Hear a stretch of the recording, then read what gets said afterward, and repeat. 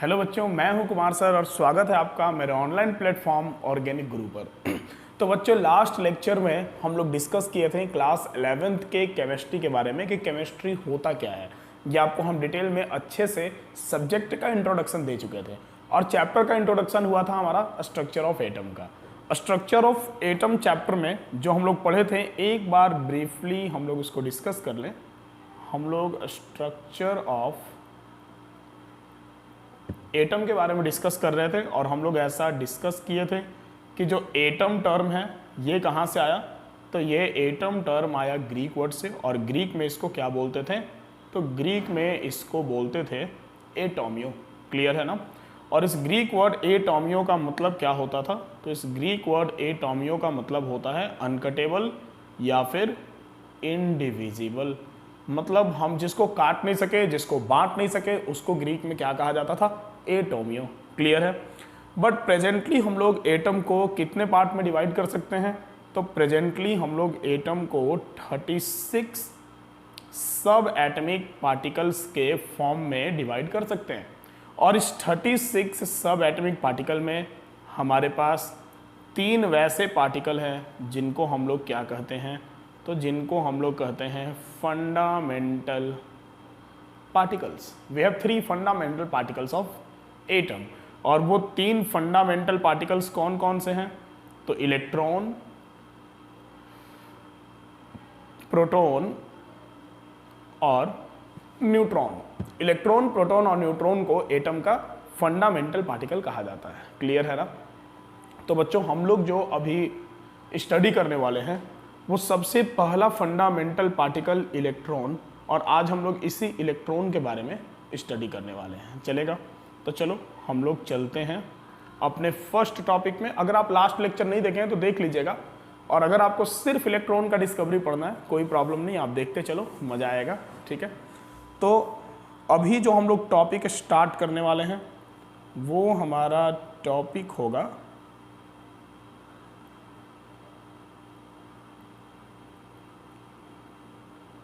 Discovery of electron. Electron का discovery. Clear है। देखो, इलेक्ट्रॉन का जो डिस्कवरी था, सबसे पहले तो हम उस साइंटिस्ट के नाम का बात कर लें कि सर आखिर इलेक्ट्रॉन का डिस्कवरी किया कौन था। तो बच्चों ध्यान में रखना कि इलेक्ट्रॉन का जो डिस्कवरी था ये किया था जे थॉमसन। हालांकि आपको ये क्लास 9 में बड़े अच्छे से पढ़ना था, फिर भी क्लास 11 में मेरा आदत है थोड़ा जीरो से हीरो बनाने का आपको, तो हम थोड़ा डिटेल में पढ़ाएंगे। ठीक है, एडजस्ट करना।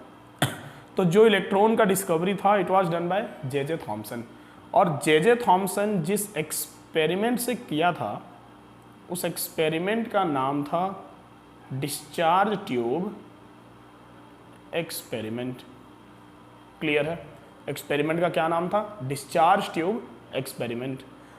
अब डिस्चार्ज ट्यूब एक्सपेरिमेंट क्या है और इसके पीछे का कंसेप्ट क्या था, हम लोग अभी सबसे पहले ये डिस्कस करेंगे। देखो, एक्चुअल में हुआ क्या कि जो डिस्चार्ज ट्यूब एक्सपेरिमेंट है, ये discharge tube experiment J Thomson का अपना कंसेप्ट नहीं था। तो फिर सर किसका कंसेप्ट था, एक अमेरिकन साइंटिस्ट थे जिनका नाम था बेंजामिन फ्रैंकलिन। ठीक है। एक बार फ्रैंकलिन एक रिलीजियस प्रोग्राम में गए हुए थे अमेरिका में। तो वहाँ अमेरिका के जो चर्च के फादर लोग थे वो लोग कुछ अपना प्रवचन कर रहे थे, और उन्हीं में से कोई पादरी प्रवचन करते करते बोले कि जब ईश्वर नाराज होता है तो बादल चमकता है, बिजली गरजता है, ठीक है, बारिश होता है। तो फ्रैंकलिन को ये बात बड़ा बेकार लगा। ठीक है। फ्रैंकलिन टोक दिए। फ्रैंकलिन बोले कि ऐसा तो नहीं होता, आप जनता को बेवकूफ़ बना रहे हैं। तो जो चर्च के फादर थे वो गुस्सा गए, बोले अच्छा ठीक है, कैसा होता आप ही बता दो। तो फ्रैंकलिन के पास क्या था ना कि उस टाइम उतना ज़्यादा लैब का डेवलपमेंट वगैरह नहीं था, उतने ज़्यादा रिसोर्सेस नहीं थे कि फ्रैंकलिन उसको लैब में प्रूफ कर सके। ठीक है। और उन्हीं के कंसेप्ट को लेकर आगे बढ़ा कौन, तो उन्हीं के कंसेप्ट को लेकर आगे बढ़ा जे थॉमसन। साथ में और भी साइंटिस्ट थे, माइकल फराडे, विलियम क्रूक्स। ठीक है। तो जे थॉमसन, माइकल फराडे और विलियम क्रूक्स, ये तीनों मिलकर और उस बेंजामिन फ्रैंकलिन के कंसेप्ट को आगे बढ़ाने का काम किए। क्लियर है। बट सबसे ज़्यादा जो योगदान था वो जे थॉमसन का था, इसलिए नाम हम लोग जे थॉमसन का लेते हैं। तो जे थॉमसन वही फिनोमेना प्रूफ करना चाहते थे जो फिनोमेना आसमान में होता है, वो उसे लैब में करके और दिखाना चाहते थे। बेंजामिन फ्रैंकलिन के बातों को सच साबित करना चाहते थे। क्लियर है? और इसीलिए वो एक एक्सपेरिमेंट किए जिसका नाम था discharge tube experiment, but accidentally उसमें इलेक्ट्रॉन का डिस्कवरी हो गया। अब कैसे हो गया, चलो देखते हैं। सबसे पहले हम लोग डिस्चार्ज ट्यूब एक्सपेरिमेंट देखेंगे। तो बच्चों, इस डिस्चार्ज ट्यूब एक्सपेरिमेंट के लिए, इस डिस्चार्ज ट्यूब एक्सपेरिमेंट के लिए जस्ट अ मिनट, सबसे पहले तो हम लोग वो सेटअप तैयार करेंगे। जो सेटअप कौन लिया था, तो जो सेटअप लिए थे जे थॉमसन। तो साथ में जो साइंटिस्ट था विलियम क्रूक्स, विलियम क्रूक्स इस एक्सपेरिमेंट को करने के लिए एक ट्यूब डिजाइन किया, क्योंकि बेंजामिन फ्रैंकलिन का बोलना था कि आसमान में अलग अलग टाइप के चार्जेस, पॉजिटिव निगेटिव चार्जेस होते हैं, और वो positive negative charges low pressure पर एक दूसरे से टकराते हैं, और जब टकराते हैं तो स्पार्कलिंग होता है, उसी को हम लोग बोलते हैं कि बिजली चमक रहा। ठीक है? तो ये कंसेप्ट को प्रूव करना था। तो अब ओपन लैब में तो इसको प्रूव किया नहीं जा सकता, स्पार्कलिंग होगा, वहां पर साइंटिस्ट को रहना है, तो पता चलेगा उनका भी स्पार्कलिंग हो गया। तो इसलिए ये लोग एक ट्यूब डिजाइन किए और सारे एक्सपेरिमेंट को ट्यूब में परफॉर्म करना स्टार्ट किए। आप देखना, अच्छा लगेगा आपको। चैलेंज है मेरा, पूरे यूट्यूब पर आपको इतने अच्छे से डिस्चार्ज ट्यूब एक्सपेरिमेंट को किसी ने नहीं समझाया होगा, देख लो। तो सबसे पहले जो जे थॉमसन थे, जे थॉमसन ने एक ट्यूब लिया, और ये ट्यूब जो था ये डिजाइन किया हुआ था किसका, तो ये ट्यूब डिजाइन किया हुआ था माइकल फराडे का, सॉरी विलियम क्रूक्स का। इसीलिए इस ट्यूब को क्रूक्स ट्यूब भी कहा जाता है। ठीक है? ये कुछ ऐसा ग्लास का ट्यूब था, ये कुछ ऐसा ग्लास का ट्यूब था। ठीक है? जिसका लेंथ था 45 सेंटीमीटर। इस ट्यूब का जो लेंथ था वो था 45 सेंटीमीटर। क्लियर है? इस ट्यूब के बीच में, अब ट्यूब के अंदर में इलेक्ट्रिसिटी सप्लाई करना था, तभी ना स्पार्कलिंग होगा। तो वहां पर इस ट्यूब के दोनों एंड को एक मेटल के प्लेट से सील किया हुआ था। देखो, ट्यूब के दोनों एंड को एक मेटल के प्लेट से सील किया हुआ था। ठीक है? मेटल का प्लेट से दोनों तरफ से पैक कर दिया गया। इसके बाद क्या हुआ, इस मेटल के प्लेट को एक एक्सटर्नल वायर से कनेक्ट कर दिया गया, क्योंकि इसके अंदर इलेक्ट्रिसिटी भेजना है तो एक्सटर्नल वायर से कनेक्ट तो करना ही पड़ेगा। एक्सटर्नल वायर से कनेक्ट कर दिया गया, और इस वायर को हाई वोल्ट के इलेक्ट्रिसिटी से कनेक्ट कर दिया गया। हाई वोल्ट का इलेक्ट्रिसिटी, डैट मीन्स सर कितने वोल्ट का इलेक्ट्रिसिटी, तो ये जो इलेक्ट्रिसिटी था वो आपका ऑलमोस्ट 10,000 वोल्ट का था। ठीक है? ये आपका 10,000 वोल्ट का डीसी करंट था, और 10,000 वोल्ट के डीसी करंट से कनेक्ट कर दिया। साथ ही साथ इस ट्यूब के अंदर में यहां पर एक वैक्यूम पंप लगा दिया गया। यहां पर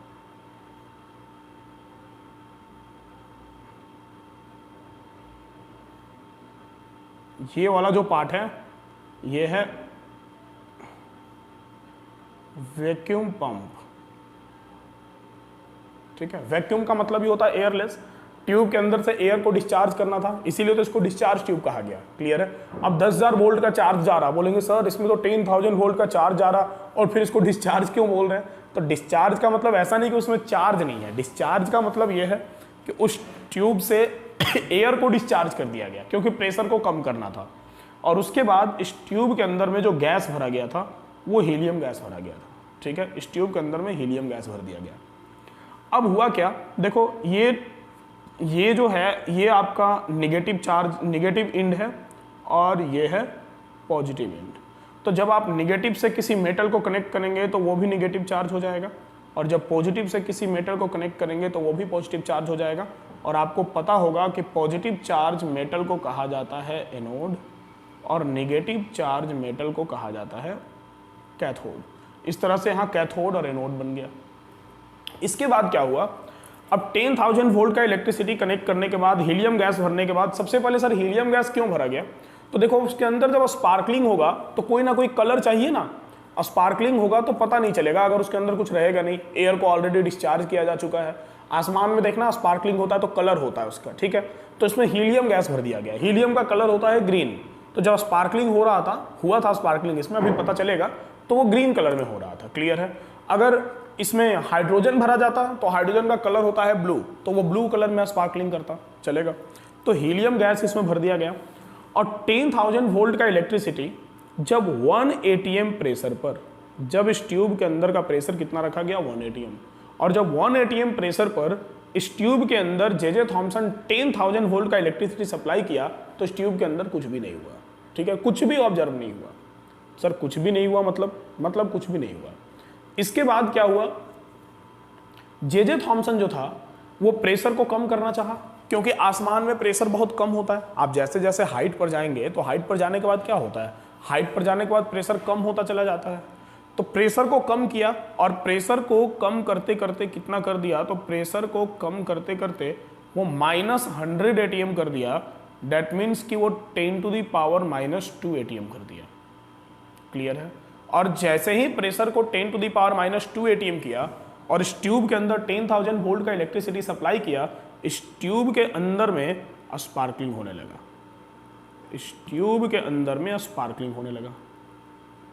ये ग्रीन कलर में इस ट्यूब के अंदर में स्पार्कलिंग होने लगा। जे थॉमसन बड़ा खुश हुआ। जे थॉमसन बोला कि माइकल फैराडे यही तो बोलते थे कि आसमान में हाई वोल्ट का चार्ज होता है, और वो हाई वोल्ट का चार्ज का जब इलेक्ट्रिक फील्ड आपस में टकराता है तो इलेक्ट्रिक फील्ड टकराने के कारण स्पार्कलिंग होता है। तो जब आसमान के जैसा यहाँ भी इन्वायरमेंट क्रिएट किया गया, तो यहाँ भी क्या हुआ, यहाँ भी स्पार्कलिंग हुआ। तो जे थॉमसन बेंजामिन फ्रैंकलिन के एक्सपेरिमेंट को, उनके कंसेप्ट को एक्सपेरिमेंट के थ्रू प्रूफ कर दिया। लेकिन जे थॉमसन प्रूफ करके यहीं तक नहीं रुका।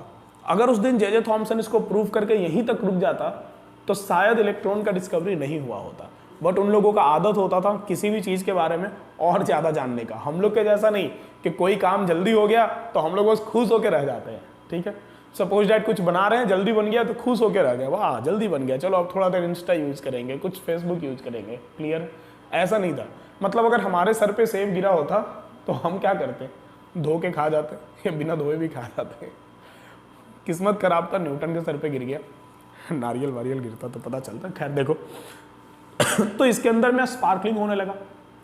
अब जे थॉमसन क्या किया, जे थॉमसन के माइंड में आया कि चलो इसके अंदर के प्रेशर को थोड़ा और रिड्यूस करके देखते हैं, और अब देखते हैं कि प्रेशर को रिड्यूस करने के बाद इसमें क्या होता है। तो जे थॉमसन इसके अंदर के प्रेशर को रिड्यूस करके 10⁻⁻⁴ atm कर दिया। जैसे ही जे थॉमसन इस ट्यूब के अंदर के प्रेशर को रिड्यूस करके 10⁻⁴ atm किया, इस ट्यूब के अंदर का ये जो स्पार्कलिंग था, वो इस ट्यूब के अंदर का स्पार्कलिंग बंद हो गया, ठीक है। इस ट्यूब के अंदर का स्पार्कलिंग तो बंद हो गया, लेकिन उसको इस ट्यूब के एनोड वाले एंड पर एक ग्रीन कलर का ग्लो ऑफ लाइट दिखा। उसको इस ट्यूब के एनोड वाले एंड पर ग्रीनिश ग्लो ऑफ लाइट दिखा, ठीक है। इस एनोड वाले एंड पर उसको ग्रीनिश ग्लो ऑफ लाइट दिखा, मतलब लाइट का ग्रीन कलर का चमक दिखा। अब ग्रीन कलर क्यों दिखा, तो उसके पीछे का सीधा सा कंसेप्ट है, ग्रीन कलर इसलिए दिखा क्योंकि इसके अंदर हीलियम गैस भरा हुआ था, और वो लाइट ऐसा लग रहा था जैसे कहीं से आके रुका हुआ है। तो लाइट, और वो हाई इंटेंसिटी का लाइट था, इस वजह से उसका पाथ क्लियर नहीं हो रहा था, बट ऐसा लग रहा था कि वो श्योर कहीं से आकर रुका हुआ है। क्लियर है। तो जैसे सपोज कि हमारे पास एक ट्यूब है, और इस ट्यूब के इस एंड को हम यहाँ से क्या करें, यहाँ से हम इसको सील कर दें, और हम इसमें एक हाई इंटेंसिटी का लाइट यहाँ से मारें, तो हो सकता है कि हाई इंटेंसिटी का लाइट हो तो उसका पाथ ना दिखे। क्लियर है। बट जहाँ पर वो सील किया हुआ, जहाँ पैक किया हुआ, वहाँ जब लाइट जाके टकराएगा तब तो वो दिखेगा। क्लियर है ना। तो एग्जैक्टली यहाँ पर वही हो रहा था। क्या हो रहा था, तो यहाँ पर ये ग्रीन कलर का ग्लो ऑफ लाइट जो दिख रहा था, ये एक्चुअल में पता चला कहाँ से आ रहा, तो ये कैथोड से निकल के और एनोड के तरफ आ रहा था। ये कैथोड से निकल के और एनोड के तरफ आ रहा था। अब कैथोड से निकल के एनोड के तरफ आने के कारण इस रे का एक नाम दे दिया गया, और वो नाम क्या दिया गया, तो वो नाम दिया गया कैथोड रे। क्लियर है ना। तो इसका नाम दे दिया गया कैथोड रे। अब एक नए तरह के रे का डिस्कवरी हो गया, कैथोड रे। तो जे थॉमसन जो था, अब जे थॉमसन इस कैथोड रे का स्टडी स्टार्ट किया कि जरा देखा जाए ये कैथोड रे नेचर में कैसा है। तो जब जे थॉमसन कैथोड रे का स्टडी स्टार्ट किया, दैट मीन्स कि जब जे थॉमसन स्टार्ट किया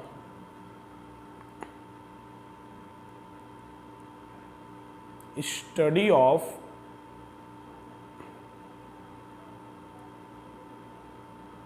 कैथोड रे, तो कैथोड रे के स्टडी में जे थॉमसन सबसे पहला पॉइंट दिया कि कैथोड रेज ट्रेवल्स इन, ये एल है, ठीक है, ट्रेवल्स इन स्ट्रेट लाइन। जो कैथोड रेज है ये स्ट्रेट लाइन में ट्रेवल करते हैं। अब सर ये कैसे पता चला कि cathode rays travels in straight line? उसके लिए जे थॉमसन क्या किया, उसके लिए जे थॉमसन एक फिर से ट्यूब लिया,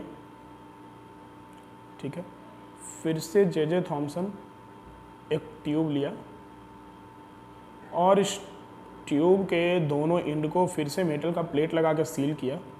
सारा एक्सपेरिमेंट को फिर से रिपीट किया। अब हम लोग पूरा बार बार नहीं बनाएंगे, इतना ही में समझेंगे। और इस बार जे थॉमसन क्या किया, तो इस बार जे थॉमसन इस ट्यूब के पाथ में बीच में यहाँ पर कोई भी एक ऑब्जेक्ट रख दिया,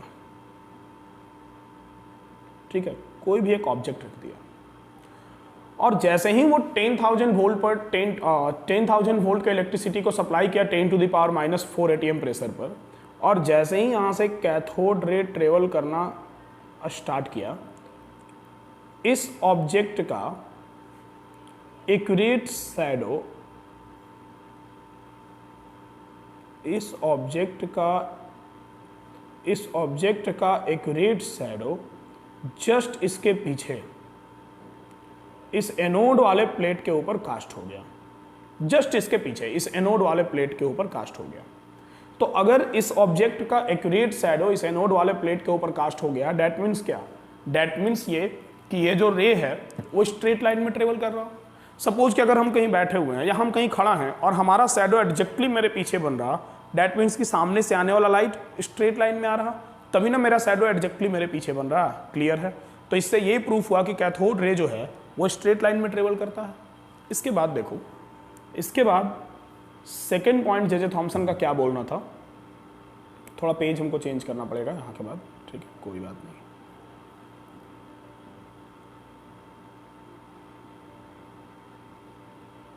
इसके बाद सेकेंड पॉइंट जे थॉमसन का क्या बोलना था, तो जे थॉमसन का सेकेंड पॉइंट बोलना था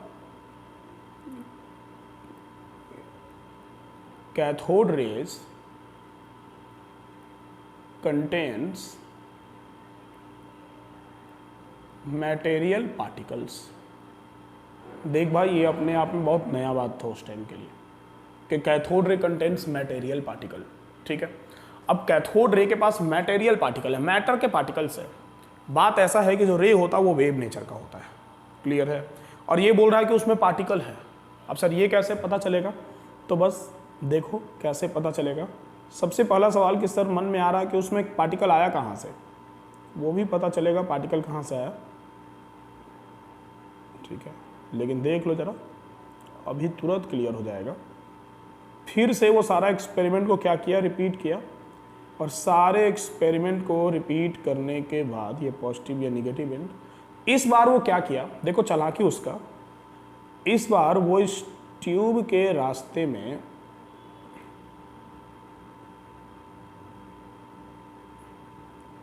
इस बार जस्ट अ मिनट, इस बार वो इस ट्यूब के रास्ते में एक पैडल व्हील लगा दिया, ठीक है। इस बार वो इस ट्यूब के रास्ते में एक पैडल व्हील लगा दिया। ये पैडल व्हील था, घूमने वाला चक्का, ठीक है।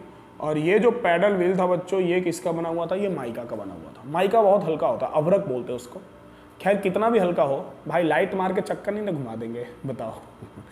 अब जे थॉमसन जैसे ही एक्सपेरिमेंट को रिपीट किया 10,000 वोल्ट पर, 10⁻⁴ ATM प्रेशर पर 10,000 वोल्ट का इलेक्ट्रिसिटी सप्लाई किया। जैसे ही यहाँ से कैथोड रे निकलना स्टार्ट हुआ और जैसे वो कैथोड रे जाकर इस पैडल व्हील से टकराया, ये जो पैडल व्हील था, ये पैडल व्हील घूमने लगा। क्लियर है? ये पैडल व्हील घूमने लगा। डेट मीन्स क्या? डेट मीन्स ये कि जो कैथोड रे है, उस कैथोड रे में मैटर के पार्टिकल्स हैं। अगर कैथोड रे में मैटर के पार्टिकल्स नहीं होते तो फिर ये पैडल व्हील मूव कैसे करता? ये पैडल व्हील घूमता क्यों? सिर्फ लाइट से, चाहे कितना भी हाई इंटेंसिटी का लाइट हो, क्या सिर्फ लाइट से हम किसी व्हील को घुमा सकते हैं? ऐसा तो पॉसिबल नहीं था। क्लियर है? बट ये जो पैडल व्हील है, ये पैडल व्हील घूमने लगा। डेट मीन्स ये कि कैथोड रे के पास मटेरियल पार्टिकल्स हैं। क्लियर है? ये प्रूफ हो गया। अब कैथोड रे के पास जो मटेरियल पार्टिकल्स हैं, अब वो आए कहां से वो भी पता चलेगा। जरा थर्ड पॉइंट देखो पहले। अब जे थॉमसन का थर्ड पॉइंट ये बोलना था कि कैथोड रेज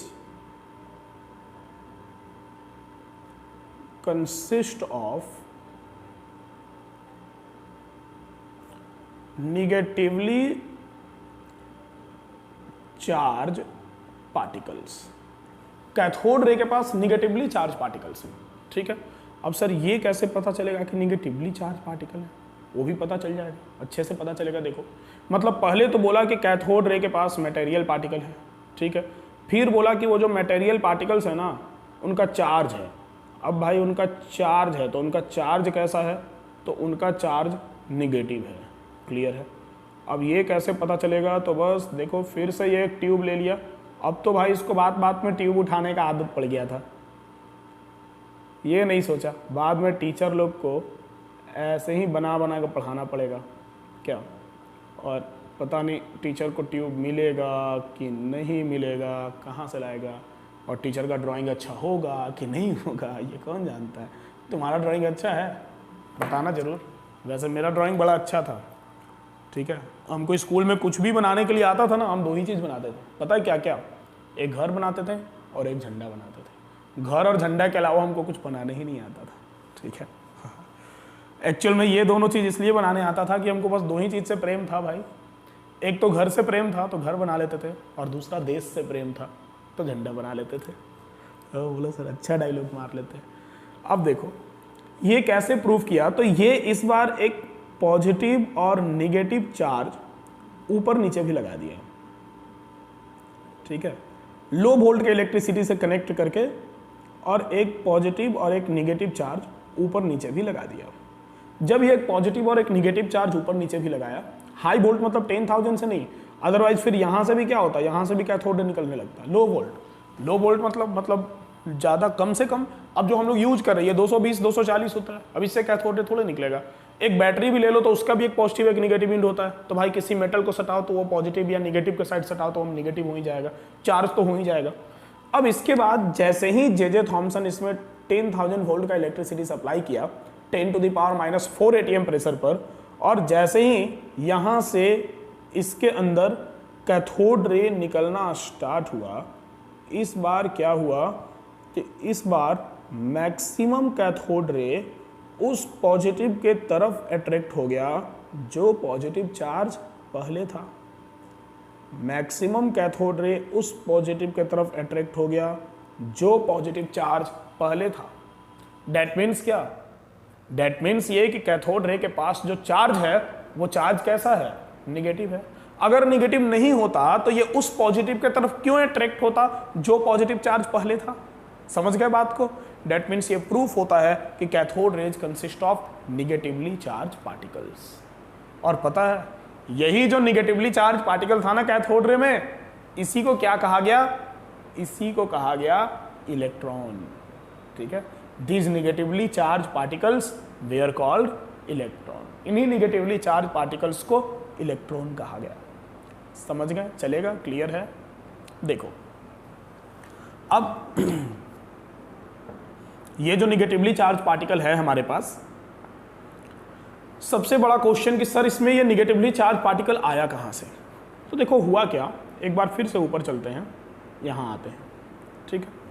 हुआ क्या कि जब जे थॉमसन एक्सपेरिमेंट करा रहा था, पता ये चला कि जब यहाँ से 10,000 वोल्ट का इलेक्ट्रिसिटी जब यहाँ से इसमें पार हो रहा था, ठीक है, तो इस मेटल के सरफेस के ऊपर मौजूद फ्री इलेक्ट्रॉन्स, इस मेटल के सरफेस के ऊपर मौजूद फ्री इलेक्ट्रॉन्स इसके सरफेस से बाहर की ओर इजेक्ट हो गए, ठीक है, और वही फ्री इलेक्ट्रॉन्स यहाँ पर शैडो कास्ट तो लाइट के कारण हुआ, वही फ्री इलेक्ट्रॉन यहाँ पर पैडल व्हील को मूव करवा दिए, क्योंकि इलेक्ट्रॉन्स आर पार्टिकल।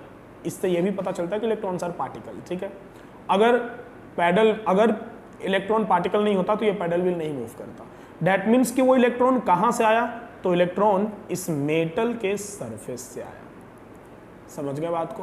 तो अगर तुमसे कोई पूछे कि पहली बार इलेक्ट्रॉन किस तरह के ऑब्जेक्ट में मिला था, तो भाई मेटल में मिला था, मेटल में इलेक्ट्रॉन का डिस्कवरी किया गया था।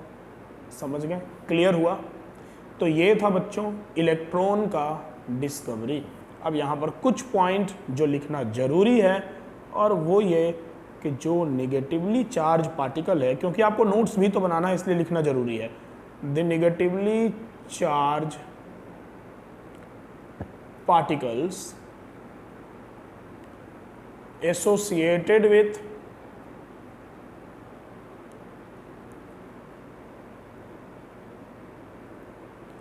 cathode rays were called electrons. इन्हीं को क्या कहा गया? इलेक्ट्रॉन कहा गया। क्लियर है? अब जरा इलेक्ट्रॉन के चार्ज के बारे में हम लोग बात कर लें। तो देखो, जो चार्ज ऑफ इलेक्ट्रॉन होता है वो होता है -1.602 इंटू 10⁻⁻19 कूलम, ठीक है। अब अगर हम इलेक्ट्रॉन के मास के बारे में बात कर लें, तो जो मास ऑफ इलेक्ट्रॉन होता है ये होता है 9.11 इंटू 10⁻31 किलोग्राम। चलेगा? तो ध्यान में रखना, ये इलेक्ट्रॉन का चार्ज है जो नेगेटिव होता है, और ये इलेक्ट्रॉन का मास है जो केजी में हम यहाँ पर लिखे हैं। समझ गए? क्लियर है? हाँ, एक बात और, इलेक्ट्रॉन का चार्ज और मास जो था वो जे थॉमसन नहीं बताया था, ये पॉइंट खास करके ध्यान में रखना। Charge and mass of, and not only electron, proton का भी, charge and mass of electron and proton was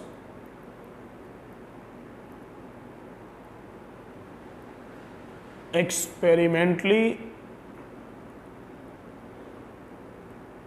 determined by